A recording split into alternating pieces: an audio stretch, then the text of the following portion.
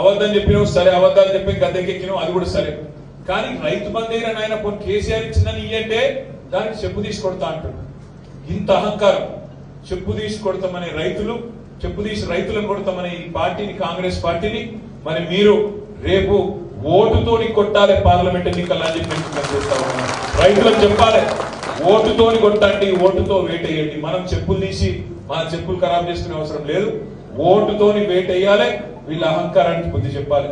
ఒకటి కాదు, రెండు కాదు, ఎన్ని మాటలు చెప్పిండండి రేవంత్ రెడ్డి గారు. డిసెంబర్ 9 ముందు ప్రెస్ మీట్ పెట్టిండు. కేసీఆర్ అనుకుంటాడు రుణమాఫీ చేసిన కదా, చేయగానే 2 సార్లు రుణమాఫీ చేసిన కాబట్టి రైతులు నాకే ఓటేస్తారు అనుకుంటుండు.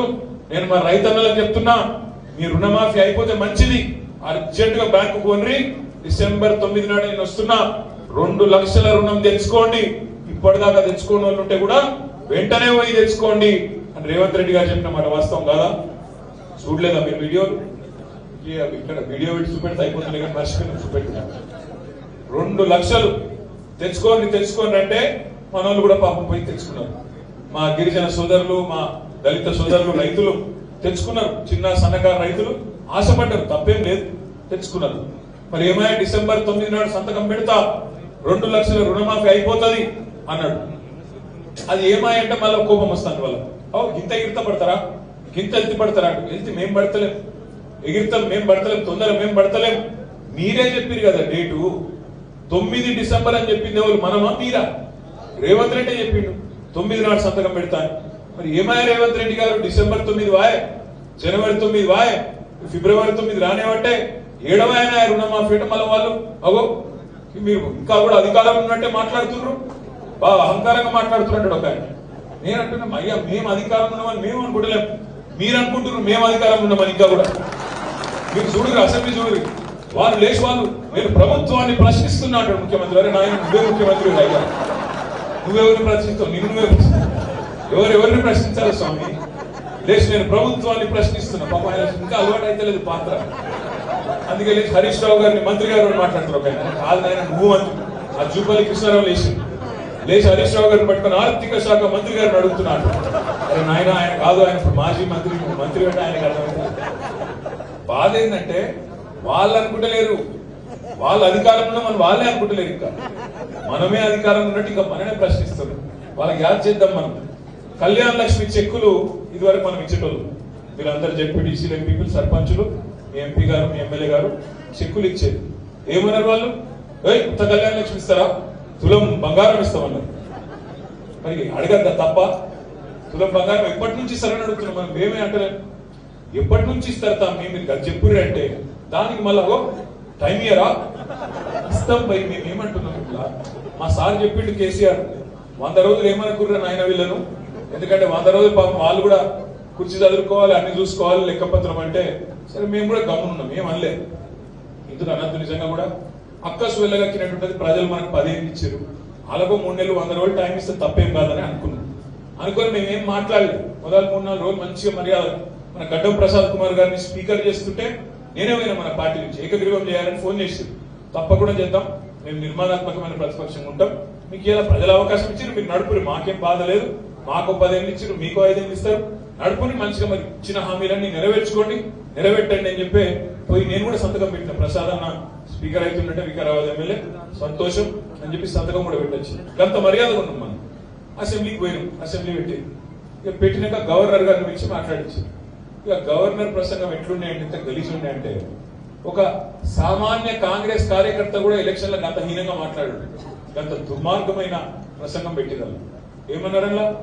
కేసీఆర్ మొత్తం నాశనం చేసిండు, తెలంగాణ వ్యవసాయం నాశనం చేసిండు, విద్యుత్ రంగం నాశనం చేసిండు, అప్పుల పాలు చేసిండు, రాష్ట్రం దివాలా తీయించిండు అని మాట్లాడి గిన్ని దివాలా కోరు మాటలు మాట్లాడిన గుక్కుటమ్మ మన నాయకుడిని. అందుకే ఆ రోజు శాసనసభలో లేచి ఇక వాళ్ళు మాట్లాడుతుంటే మాకు కూడా గొంతింపక తప్పలేదు. మేము విమర్శ చేయొద్దు అనుకున్నాం, 100 రోజులు మాట్లాడొద్దు పాపం కొత్త ప్రభుత్వం కదా అనుకున్నాం. ఇక మేము లేచి మేము కూడా మాట్లాడినాం. నేను మాట్లాడినా, జగదీష్ రెడ్డి గారు, హరీష్ రావు గారు అందరం మాట్లాడినాం. మీరు చూసిరాలేదు అసెంబ్లీ మంచిగా మాట్లాడినాం మనలో. మరి కేసీఆర్ గారు పంపించిన 3 సైనికులు మాట్లాడితేనే రేవంత్ రెడ్డి తట్టుకోలేకపోతున్నాడు. ఏమంటాడు పాపం మన ఇంటర్వ్యూలో ఎత్తుకుంటుండు, నేను ఇంకా కుర్చీ చదువుకోలేదు, బావబామ్మర్దులు వచ్చి అటొక చెప్పు ఇటొక చెప్పు వాయిస్తున్నాడు. మరి మేము మాట్లాడితేనే గట్టుంటే మరి కేసీఆర్ దిగితే ఎట్లుంటుంది ఆలోచన ఇది లేదు. అందుకే అంటున్నాను, మనం బేజారయ్యేదేం లేదు, మనం బేజారయ్యేదేం లేదు. మళ్ళా కేసీఆర్ సార్ ఫిబ్రవరి మొదటి రోజు ప్రమాణ స్వీకారం చేస్తున్నాడు. బడ్జెట్ సెషన్ కూడా హాజరవుతాడు. రంజిత్ రెడ్డి ప్రచారం కూడా వస్తాడు కేసీఆర్. తప్పకుండా మళ్ళీ మన నాయకుడు బయటకు వచ్చి ఆ రేపటి రోజు పార్లమెంట్ ఎన్నికల్లో ప్రచారం చేసే ప్రతి సందర్భాన్ని తప్పకుండా మనం అన్ని విషయాలు చెప్పాలి ప్రజలకు కూడా మళ్ళీ ఒకసారి. సరే, అప్పుడు నాయకుడు మన పార్టీ నాయకులు మన పెద్దలు కేసీఆర్ గారు వచ్చే నాటికి చెప్తా వచ్చే నాటికి మరి అప్పటికి చాలా కాలం కూడా గడుస్తుంది. 75-100 రోజులు దాటిపోతుంది. 100 రోజుల పైన దాటిపోతుంది. 100 రోజులు మార్చి 17కు నిండుతాయి. ఎన్ని మాటలు చెప్పారు 100 రోజులు చేస్తామన్నారు. ఇప్పుడు రంజిత్ అన్న అన్నాడు 2 హామీలు అమలు చేసినాను, 2 హామీలు అమలు చేయలేదు. వాళ్ళు ఇచ్చింది 6 గ్యారంటీలు 100 రోజుల్లో చేస్తామని. అవి కాకుండా మరొక 414 హామీలు ఇచ్చారు. మొత్తం 420 హామీలు ఇచ్చారు కాంగ్రెస్ వాళ్ళు. నేను అంటలేని పోయి వాళ్ళు 420 కాలేదు. మీరు అనవసరంగా నా మీద పెట్టుకుని మళ్ళీ తెల్లని మళ్ళీ కూడా అంటారు కేటీఆర్ అంటే ఆయన మళ్ళీ తిట్టిండు. నేను తిట్టలేదు. మీరు ఇచ్చిన హామీలు యాడ్ చేస్తున్న 420 హామీలు మీరు ఇచ్చిర్రు. యూత్ డిక్లరేషన్, మహిళా declaration, SC declaration, ST declaration, రైతు డిక్లరేషన్, ఇంకేదో మశానం డిక్లరేషన్, ఏది పడితే చెప్పింది. అన్ని చెప్తే అన్ని కూడితే నేనే 420 హామీలు 420 హామీలు. మనం ఏమంటున్నాం ఇప్పుడు? ఆ 420 హామీలు ఎట్లా అమలు చేస్తారు, ఎప్పటి లోపల అమలు చేస్తారు? అమలు చేయకపోతే ఇచ్చి పెట్టాం. తప్పకుండా కాంగ్రెస్ పార్టీని బట్టలిప్పి చేవెళ్ళ చౌరస్తాలో నిలబెడతాం. కాంగ్రెస్ పార్టీని తప్ప బలమైన ప్రతిపక్షం ఉంటే గదే ఉంటుంది. మరి ఇప్పుడు నాకు వచ్చినప్పుడు మహేంద్రనే చెప్తుండు, అన్న నేను జిందగీ మొత్తం ప్రతిపక్షంలోనే కొట్లాడినా అన్నాడు. ఎట్లుంటది అన్న? ప్రతిపక్షంలోనే మజా ఉంటుంది అన్న అన్నాడు. చూద్దాం, ఆ పాత్ర చేసినాం, ఇప్పుడు ఈ పాత్ర కూడా చేద్దాం. నాకు ఇంకో పని లేదు. నాకు ఇదివరకు అంటే మంత్రి పదవి ఉండే, వాళ్ళని కలిసి వీళ్ళని కలిసి ఉండే. ఇప్పుడు ఏ పని లేదు. నేను చేవెళ్ళలో ఉండే మా అన్నదమ్ములకు ఒకటే మాటిస్తున్నాను, మీకు ఎప్పుడు